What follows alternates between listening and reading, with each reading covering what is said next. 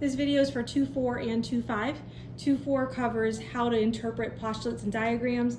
2-5 is algebra proofs. So we're putting the two of those together today. So assumptions from diagrams for 2-4. Notice I have the green and the red. What you can assume, if something looks like a straight line or an angle, it is. It goes along the lines of linear pairs. If it looks like a linear pair, it is. Collinear points, if they look like they're on the same line, then you can assume that they are. Betweenness of points, if it means that if there are 2 points and one that's somewhere between them, it's safe to assume that it is between them. Relative position of points, that means that if it looks like it's on a line or in the middle of an angle, then it's safe to assume that it is. And if they look like they're vertical, it's safe to assume that they are. You cannot assume right angles. So we've talked about this before, where if it looks like it could be a right angle, something like this, we do not know that that's a right angle unless you have a box here or something tells you that angle A is 90 degrees. So be careful with right angles. Perpendicular lines, that goes along the same line. So if we have 2 lines that look like they may cross at 90 degrees, making them perpendicular, we cannot assume that unless we have a box there or something tells us that they're perpendicular. Just by looking at it, you don't know that they're 90. Congruent segments and congruent angles, we've talked about these before. So just because I have 2 segments that look like they're the same length, we cannot assume that they're the same length unless we have little markings that tell us they have the same length, or something that says in the directions that they have the same length. Same thing with angles. Relative size of segments and angles. You have to remember that the pictures in your book and pictures that I put on tests and quizzes, they're just something to look at. So don't get caught up on assuming you know what they look like or what their measurements are unless you have some math to back it up. So the math is more important than what it looks like. Same thing with going back to this angle. So we can say that this looks like it might be 90, but that angle might be anything from 85 to maybe 92. We don't know for sure. The math is more important than the look of the picture. So going to our books, we're going to do page 114 to 23 together. I decided to do this as a class, so to speak, because this would have been your homework. I think it's more important to do it as a class. So we're going to go up front and we're going to do this together. So this is a true-false. You're using the diagram to determine if what's given to you is true or if it's false. First one says planes W and X intersect at KL. That's a true statement. You have to understand that this picture is a 3D picture on a 2D piece of paper. So looking at this picture, plane W is this big blue, dark blue. Plane X is the light blue. They intersect at KL. That's absolutely true. It does intersect at KL. That's a true statement. The next one, points Q, J, and M are collinear. Q, J, and M are not on the same line. Q, J, and M are not on the same line. They're not even on the same plane. The next one, points K, L, M, and R are coplanar. That is false. K, L, M are on the same plane. R is not. So K, L, M, and R are not coplanar. Number 17, MN and RP intersect. That is not true. MN is here. RP is here. Those 2 lines do not intersect. The only place that they could touch is where the planes intersect on that line. You can see a gap there. They do not touch.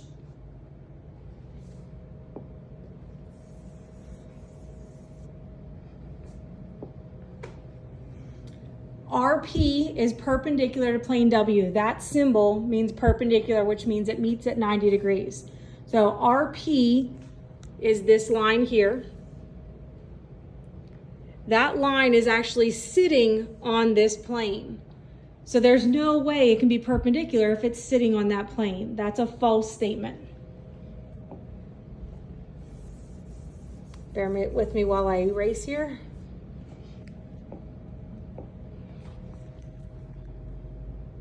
The next one, we're on 19. JK lies in plane X. Look where JK is. JK is that line up the middle.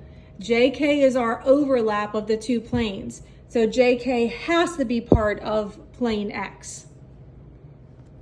Number 20, PLK. This angle is a right angle. I'm looking at number 20. That's a false statement. It looks like it could be a right angle, but we don't know for sure, so we have to say that that is false. Number 21, NKL, which is this, and JKM, which is this, are vertical angles. That is safe to assume that's a true statement.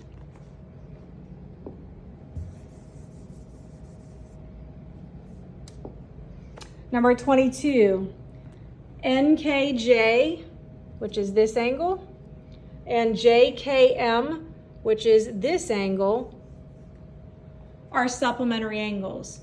Remember, it's safe to assume that that line is straight, and it's safe to assume that they're a linear pair, so that is a true statement. That was number 22. And the last one, 23, says JKM, which is this angle, and KLP, which is this angle, are congruent. That's not a true statement. They might be, they might not be, but we can't say for sure, so that it has to be a false statement. So again, here's my answers if you didn't get those. Before I move on, we need to look at our proof menu. So again, I'm flipping you back over here. My proof menu key is posted online. I want you to concentrate on algebraic properties because that's what we're going to be using today. If you haven't had a chance, go back and look at my key online and make sure you have something very similar in these spots. So I want to go over some highlights. Symmetric and reflexive are confused. Symmetric looks like a mirror. Look at the difference. They switch sides. AB and A equals B and B equals A. Whereas reflexive is the exact same thing on both sides. We're going to use reflexive a lot in here. Transitive we just talked about recently, that should sound familiar. Commutative means they move to a new location. Look where the A and the B is versus where the A and the B is on the other side. Associative, those are parentheses, which tells you what to do first according to order of operations. Inverse means you're doing the opposite operation. If I take A and multiply by 1 over A, technically that's dividing. So A times 1 over A is 1. When I'm adding, the opposite of adding is subtracting. If I add a negative A, that's like subtracting, and that gives me 0. Identity in general means that it doesn't change the value. So either multiplying by 1, that does not change the value, and adding 0 does not change the value. Distributive, you've used that quite a bit in algebra class. You distribute what's on the outside to what's on the inside, and that's a multiplication problem. The next 4 are used to solve equations, and we're going to use those today. So think about when you were learning how to solve equations, x plus 2 equals 5. You were taught to subtract 2 on both sides to solve it. That's the subtraction property of equality. Anytime you do the same thing on both sides of the equation, those are equality properties. Whether you're adding on both sides, subtracting on both sides, multiplying on both sides, or dividing on both sides, that's your properties of equality. Next time we'll get into more algebra or more geometry, postulates and theorems, but for today, I want you to concentrate on those algebra properties. Again, if you didn't have time yet, make sure you take some time to update your algebra properties. So with that, we're going to solve our first problem or our first proof. This is guided practice page 106. When you write a proof, you always start with what's given to you. So all I did was copy down this equation. Your first reason is always given. So copy this down, your first reason is given. From here, My first step is to move this 3x over. So I added 3x on both sides. As a result of adding 3x on both sides, look what changed. The plus 9 is still there, the equals is still there, the 2 is still there. What changed is adding the 3x on both sides. If this is hard for you and you have a hard time not showing your work, feel free to go on the side and write your work so that you can follow along. In proofs, you're only writing the answer to your work. So if it makes you feel better, you can write the plus 3x on both sides and get 7x plus 9 equals 2. This is the step that you are not going to write on your proofs. Going back up, my next step, I'm going to move the 9 over by subtracting 9 on both sides. When I subtract 9 on both sides, I get 7x equals negative 7. What allows me to write this statement? The subtraction property of equality, because that's what I did. I subtracted 9 on both sides.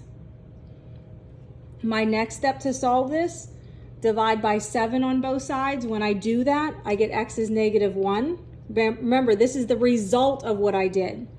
So what did I do? Division property of equality. I divided both sides by 7. So when you do your proofs, they do have to look like mine. They should be neat. Statements and reasons, the number 1 should line up, the number 2 should line up, and so forth. Look at the next one. Again, this is from Guided Practice, page 106. The next problem, what we're going to start with is just like we did a minute ago. Copy down the problem. If you want to pause here and catch up, that's fine. Your first reason is always given.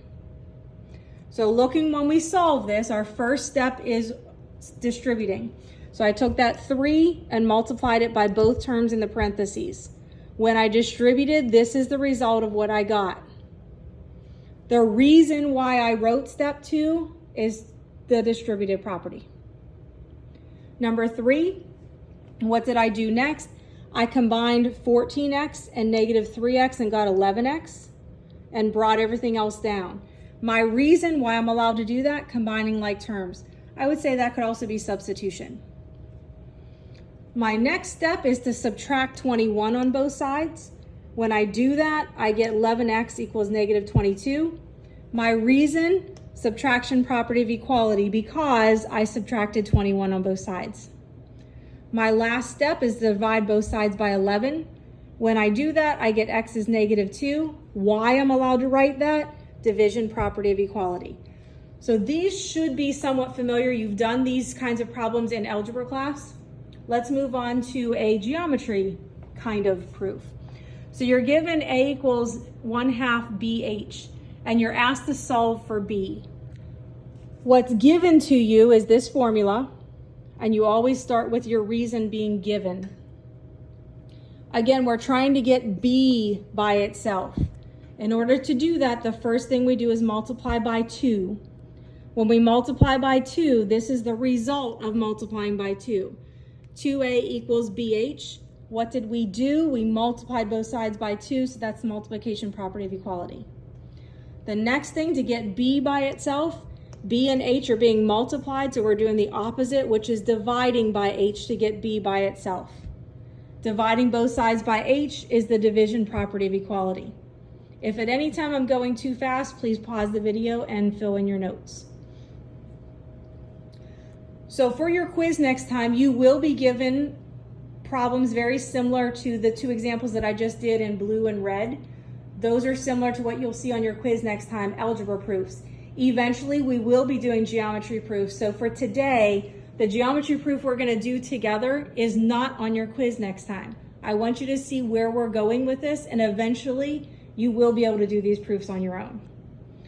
So this example, you're always given a given and a prove statement.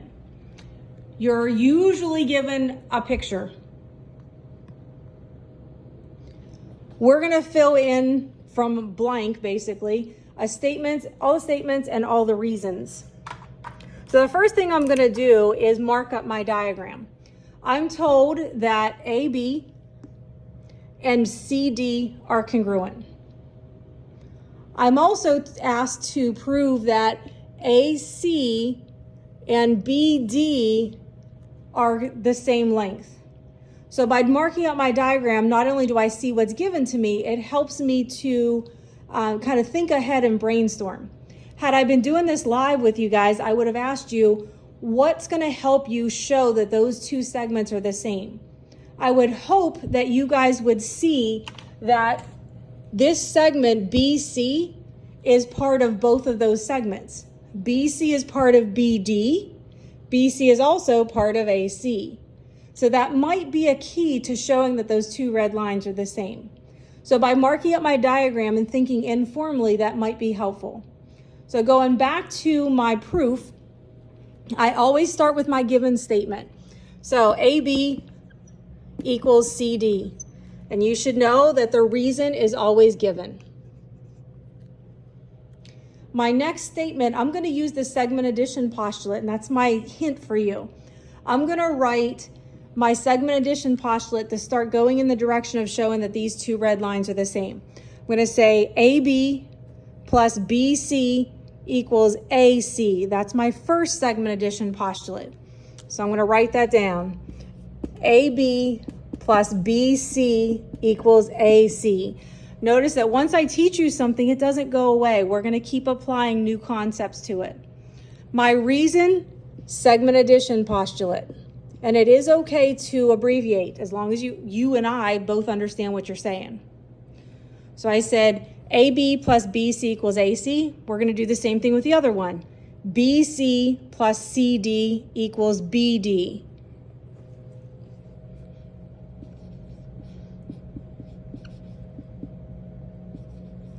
And that's also segment addition postulate.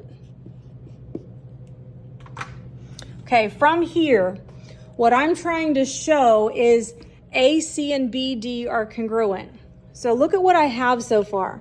If I can show those two are congruent, well, backing up a minute, if I can show these two are congruent, then I know these two are congruent, and that's what I'm asked to show. Okay, so let's look at what's given to us, what we know so far. Well, look up here. We have AB and CD. I have AB here. I have CD here. Well, what do I need to add to them to make these two expressions the same? If I add a BC to them, I can show that these two expressions are the same. So look at what I'm going to do. I'm going to take this first statement, which is AB and CD. I already have that given to me. I'm going to add a BC to both sides, and you'll see why in just a minute. So look what I just added to both sides. That's addition property of equality. I added the same thing to both sides. The reason why I did that is because I'm now showing that this red expression is equal to this red expression. That's what I have in step 4. Because those two red expressions are the same, I can now say that AC and BD are the same. And this is the transitive property.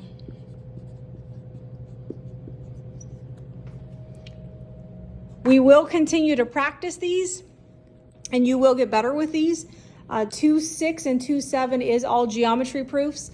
There is one geometry proof on your notes or your homework for tonight. I want you to try it and do your best with it. We will continue to work on proofs, like I said, in 2.6 and 2.7. For your quiz for 2.5, there will not be geometry proofs. There will be algebra proofs. Your homework assignment is posted on your notes, and I'll take you back here and we can zoom in here. It's also posted in the back of the room. There's your homework for today. Keep in mind, next time I see you, you'll be doing 2.6. And then on Tuesday when I see you, your draft letter for your project is due. Keep an eye on due dates. There's lots of stuff coming up.